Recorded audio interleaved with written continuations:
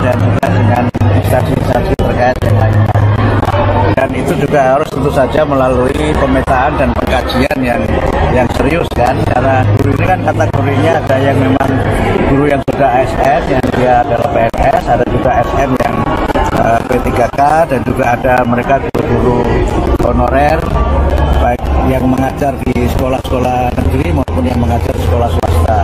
Jadi kompleksitasnya tidak sederhana, dan karena itu kita harus melihat masalah ini dengan sangat hati-hati, dengan sangat seksama sebelum kita mengambil kebijakan menyangkut kesejahteraan guru itu. Kabinet Merah Putih di bawah pemerintahan Presiden Prabowo Subianto dan Wakil Presiden Gibran Rakabuming Raka telah resmi dilantik pada 21 Oktober 2024. Pelantikan yang diadakan di Istana Merdeka, Jakarta, menandai perubahan besar di Kementerian Pendidikan, Kebudayaan, Riset, dan Teknologi, Kemendikbudristek, yang kini dipecah menjadi 3 kementerian terpisah. Perubahan struktur ini tampaknya sesuai dengan fokus pemerintahan baru pada penguatan pendidikan, sains, teknologi, dan digitalisasi. Mantan Mendikbudristek, Nadiem Makarim, melaksanakan serah terima jabatan, sertijab, kepada 3 menteri baru, yaitu Abdul Mukti sebagai Menteri Pendidikan Dasar dan Menengah, yang membawa fokus pada wajib belajar 13 tahun, termasuk pendidikan anak usia dini, PAUD, demi meningkatkan kualitas sumber daya manusia. Satrio Sumantri Brojonegoro sebagai Menteri Pendidikan Tinggi, Sains, dan Teknologi, yang diharapkan akan fokus pada pengembangan inovasi dan teknologi tinggi. Fadly Zon sebagai Menteri Kebudayaan, yang akan memimpin inisiatif budaya nasional. Pembagian kementerian ini menggarisbawahi komitmen pemerintah dalam mengembangkan berbagai aspek pendidikan secara lebih fokus dan intensif, sejalan dengan prioritas Prabowo Gibran yang menitikberatkan pada peningkatan kualitas SDM, pendidikan yang menyeluruh, dan kemajuan di bidang teknologi dan sains. Berikut beberapa program kerja yang kemungkinan menjadi fokus utama Abdul Mukti sebagai Menteri Pendidikan Dasar dan Menengah dalam Kabinet Merah Putih. Implementasi wajib belajar 13 tahun. Mendorong pelaksanaan program wajib belajar dari PAUD hingga SMA-SMK, termasuk penyediaan akses pendidikan yang merata ke seluruh pelosok negeri, khususnya untuk daerah 3T, terdepan, terluar, dan tertinggal. Penguatan pendidikan anak usia dini, PAUD. Mengembangkan kurikulum PAUD yang terintegrasi dengan pendidikan dasar untuk memperkuat dasar literasi, numerasi, serta keterampilan sosial emosional. Program ini juga mencakup pelatihan dan sertifikasi guru PAUD untuk memastikan kualitas pengajaran. Revitalisasi kurikulum pendidikan dasar dan menengah. Menyederhanakan kurikulum agar lebih relevan dengan kebutuhan keterampilan abad ke-21, seperti literasi digital, kemampuan berpikir kritis, dan kreativitas. Kurikulum juga akan lebih fokus pada pengembangan profil pelajar Pancasila. Peningkatan kompetensi guru dan tenaga pendidik. Mengembangkan program pelatihan berkelanjutan bagi guru pendidikan dasar dan menengah, terutama dalam metodologi pengajaran modern, penggunaan teknologi dalam pembelajaran, serta pengembangan sosial emosional siswa. Program digitalisasi sekolah. Mendukung digitalisasi pendidikan melalui penyediaan sarana dan prasarana digital, akses internet yang merata, dan program literasi digital. Tujuannya untuk menciptakan lingkungan belajar yang lebih interaktif dan inovatif, serta mengintegrasikan teknologi dalam proses belajar mengajar. Peningkatan infrastruktur pendidikan di daerah terpencil. Meningkatkan infrastruktur sekolah, khususnya di daerah terpencil, untuk memastikan semua anak mendapatkan fasilitas pendidikan yang layak. Program ini akan mencakup pembangunan dan rehabilitasi ruang kelas, penyediaan alat belajar, dan transportasi untuk siswa yang tinggal jauh dari sekolah. Program pendidikan karakter dan nilai-nilai Pancasila. Menguatkan pendidikan karakter di jenjang pendidikan dasar dan menengah melalui kurikulum yang menekankan nilai-nilai Pancasila, kebinekaan, dan toleransi. Penguatan kolaborasi dengan orang tua dan komunitas. Melibatkan orang tua dan komunitas dalam pendidikan, termasuk program parenting yang mendukung keterlibatan aktif orang tua di rumah, serta kerjasama dengan komunitas untuk kegiatan belajar di luar kelas. Penilaian dan juga dengan instansi-instansi terkait yang lainnya.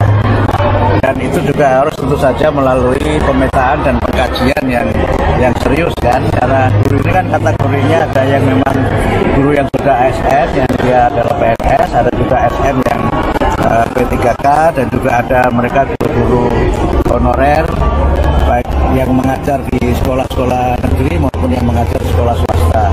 Jadi kompleksitasnya tidak sederhana, dan karena itu kita harus melihat masalah ini dengan sangat hati-hati, dengan sangat seksama sebelum kita mengambil kebijakan menyangkut kesejahteraan guru itu.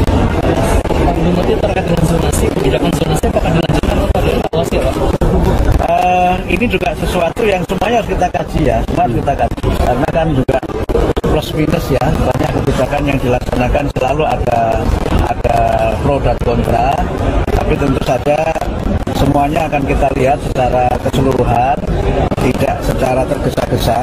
Karena itu saya dalam beberapa saat ini nanti akan minta masukan dari berbagai pihak, baik dari kalangan pemerintah daerah, dari masyarakat yang menyelenggarakan pendidikan, maupun dari rekan-rekan wartawan, teman-teman masyarakat bisa menyampaikan aspirasinya. Saya berusaha selama memimpin kementerian ini untuk menjadi menteri yang banyak mendengar. Saya kan selama ini banyak ceramah, jadi nanti saya banyak mendengar, tidak banyak ceramah. Dalam pendidikan ada wajib belajar 13 tahun. Nah, dengan ada pendidikan dan Kementerian Pendidikan Dasar itu apa sih target dari dasar kita? Jadi wajib belajar 13 tahun itu adalah komitmen kita untuk meningkatkan kualitas sumber daya manusia dan terutama adalah pendidikan usia dini. Jadi 13 tahunnya bukan menjadi kelas 13, tetapi prasekolah itu akan menjadi perhatian dan itu juga yang memang menjadi fondasi untuk pendidikan di tanah air kita ini. Di banyak negara maju, pendidikan prasekolah itu sangat penting. Tapi harus kita pahami bahwa pendidikan prasekolah itu tidak semuanya harus diselenggarakan di sekolah formal. Kita kan punya lembaga pendidikan informal dan lembaga pendidikan non formal, sehingga kita mendorong untuk ada kemitraan strategis dengan masyarakat sebagai penyelenggara pendidikan. Ya, untuk wajib belajar kan 12 tahun nih. Sekarang ada di MK itu kan dibuka bagaimana swasta juga Iya, semakin betul. didukung, dan wajib belajar Betul. berkualitas itulah yang sekarang ini sedang jadi Betul. tantangan kita. Karena itu tadi saya menyampaikan bahwa dalam kita melaksanakan program ini harus bergotong royong. Pemerintah tidak bisa bekerja sendirian tanpa dukungan masyarakat. Dan oleh karena itu maka partisipasi masyarakat itu sangat kita perlukan. Saya berusaha untuk bagaimana dalam kesempatan ini menjadikan pendidikan ini sebagai gerakan pencerahan gerakan pencerdasan yang inklusif, partisipatif dan juga adaptif. Yang dengan itu tentu saja kita mendorong partisipasi masyarakat dan juga prakarsa kreatif bagaimana agar pendidikan kita ini lebih maju, dirasakan manfaatnya oleh masyarakat. Dan satu hal yang saya kira menjadi komitmen kita juga menuntaskan kesempatan belajar, sehingga mereka yang selama ini tidak bisa melanjutkan pendidikan, bisa karena tempat tinggalnya, bisa karena keadaannya, bisa keadaan fisiknya, bisa juga karena faktor-faktor lain.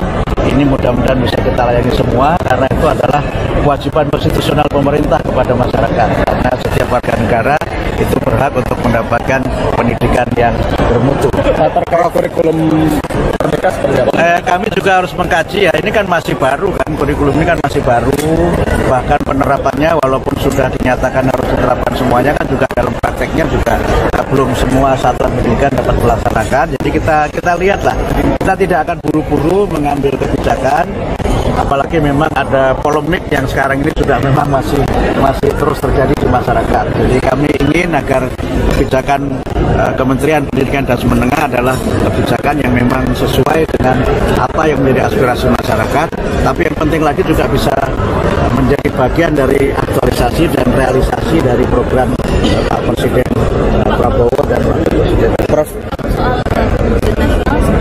Sama juga, jadi soal ujian nasional, soal zonasi, kurikulum merdeka, apalagi ya yang sekarang masih menjadi perdebatan, nanti kita lihat semuanya secara sangat seksama dan kami akan sangat berhati-hati.